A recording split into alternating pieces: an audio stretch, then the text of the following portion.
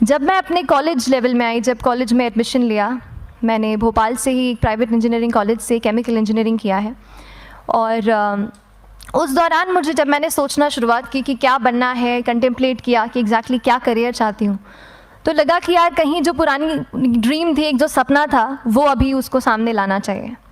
फिर इस बारे में और पढ़ा और तब खान स्टडी ग्रुप भोपाल में सेंटर वहाँ पे जैसे शुरू हो गया था, तो मेरा जो फाउंडेशन कोर्स है मैंने वहाँ से किया। और इस एग्ज़ाम के बारे में जो चीज़ें मुझे 1-2 साल में समझ में आई हैं, वो कुछ चीज़ें मैं आपसे शेयर करना चाहती हूँ। सबसे पहली चीज़ जो पहले जय और रचना हम दोनों बोल चुके हैं कि कंसिस्टेंसी। आप अगर दिन में, कई बार हमसे सवाल पूछते हैं कि आप कितने घंटे पढ़ाई करते हैं, तो देखिए घंटे मैटर नहीं करते। कोई 17-18 घंटे हमें नहीं पढ़ना है, इतना हम पढ़ भी नहीं सकते। एक दिन पढ़ सकते हैं, दूसरे दिन नहीं पढ़ पाएंगे। 5 से 6 घंटे ही आपको देने हैं या उतने निकालने हैं, पर वो जो वक्त आप अपनी पढ़ाई को देते हो, वो कंसिस्टेंटली आपको रोज़ उतना ही अपने पढ़ाई को देना है। Consistency is the key, that is the first and the most important thing जो आपको ध्यान में रखनी है। दूसरी चीज़ इस एग्ज़ाम में मुझे लगता है इक्वली इम्पॉर्टेंट है, क्योंकि ये जर्नी लंबी होती है। जैसे एग्ज़ाम ही 1 साल तक चलती है, आप प्रीलिम्स देते हैं, फिर आप मेंस देते हैं, आप इंटरव्यू में जाते हैं पर्सनालिटी टेस्ट के लिए, तो एग्ज़ाम 1 साल तक खुद चलती है। उसके पहले मान लीजिए आप 1-1.5-2 साल पहले से प्रिपेयर कर रहे हो, तो ये जर्नी काफ़ी लंबी रहती है। उस जर्नी में मेंटली अपने आप को मोटिवेट रखना, अपने आप को बूस्ट करते रहना, वो भी इक्वली इम्पॉर्टेंट है। और इसीलिए अपने आप पर भरोसा बेहद ज़रूरी है। You need to have a faith in yourself कि अगर आपने इसमें कदम रखा है, अगर आपने सोचा है कि आप सिविल सर्विस एग्ज़ाम देना चाहते हैं और देंगे, तो आपको ये ठान के उसमें जाना है कि हाँ, मैं ये कर सकता या कर सकती हूँ। ये एक अपना मोटिवेशन, अपने साथ एक फेथ, बिलीफ अपने ऊपर आपको हमेशा रखना है।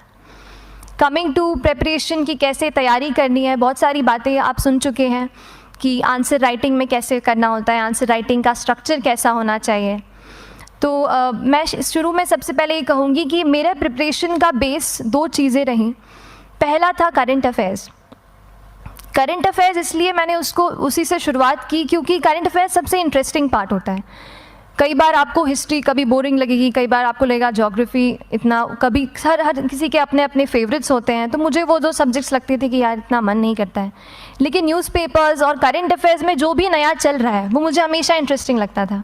इंटरनेशनल रिलेशंस में क्या हो रहा है, क्या सोशल रियलिटीज़ हैं, कहाँ क्या हुआ, उसका क्या इम्पैक्ट पड़ेगा एडमिनिस्ट्रेशन पे और हमारे कंट्री पे, तो उसको आप अपना एक बेस बना सकते हो।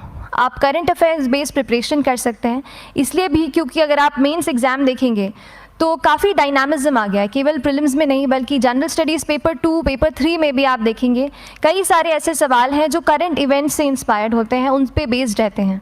तो जब आप न्यूज़पेपर बेस्ड, करंट बेस्ड पढ़ाई करते हैं तो वो आपका प्रिपरेशन वहाँ से भी कवर हो सकता है। दूसरी जो चीज़ मैंने जिस पे बहुत फोकस किया वो थी आंसर राइटिंग। तो आंसर राइटिंग का, जैसे खान सर बता रहे थे कि आंसर राइटिंग की प्रैक्टिस बहुत की, तो उसके पीछे मेरा ये था कि जब मैं हमेशा प्रीलिम्स का कोई भी पेपर टेस्ट देती थी, हम मॉक टेस्ट देते हैं, तो मॉक टेस्ट देती थी तो हमेशा मेरे मार्क्स करीब 90 to 110, 120, इससे ऊपर मेरे कभी मार्क्स नहीं जाते थे। तो मुझे हमेशा ये डर था कि यार प्रीलिम्स में कहीं मेरा कुछ, क्योंकि कट ऑफ भी इसी कुछ रेंज में जाता है, तो हमेशा लगता था कि यार कुछ गड़बड़ यहाँ ना हो जाए। लेकिन जब मैंने आंसर राइटिंग की और मेंस एग्ज़ाम के बारे में जाना, तब मुझे लगा कि आंसर राइटिंग एक ऐसी चीज़ है, मेंस एक ऐसा फेज़ है सिविल सर्विस एग्ज़ाम का जहाँ पे आप अच्छे से तैयारी कर सकते हैं। And if you have written the answers, if you know कि you have covered the points well, if you have included उसमें कुछ आपने facts, international reports, government schemes, आपने कुछ ऐसे उसमें सॉल्व भी डाला है, तो जो रिज़ल्ट आएगा वो सेटिस्फैक्ट्री ही आएगा, अच्छा ही आएगा। तो मेंस एक ऐसा पार्ट है जिस पे आप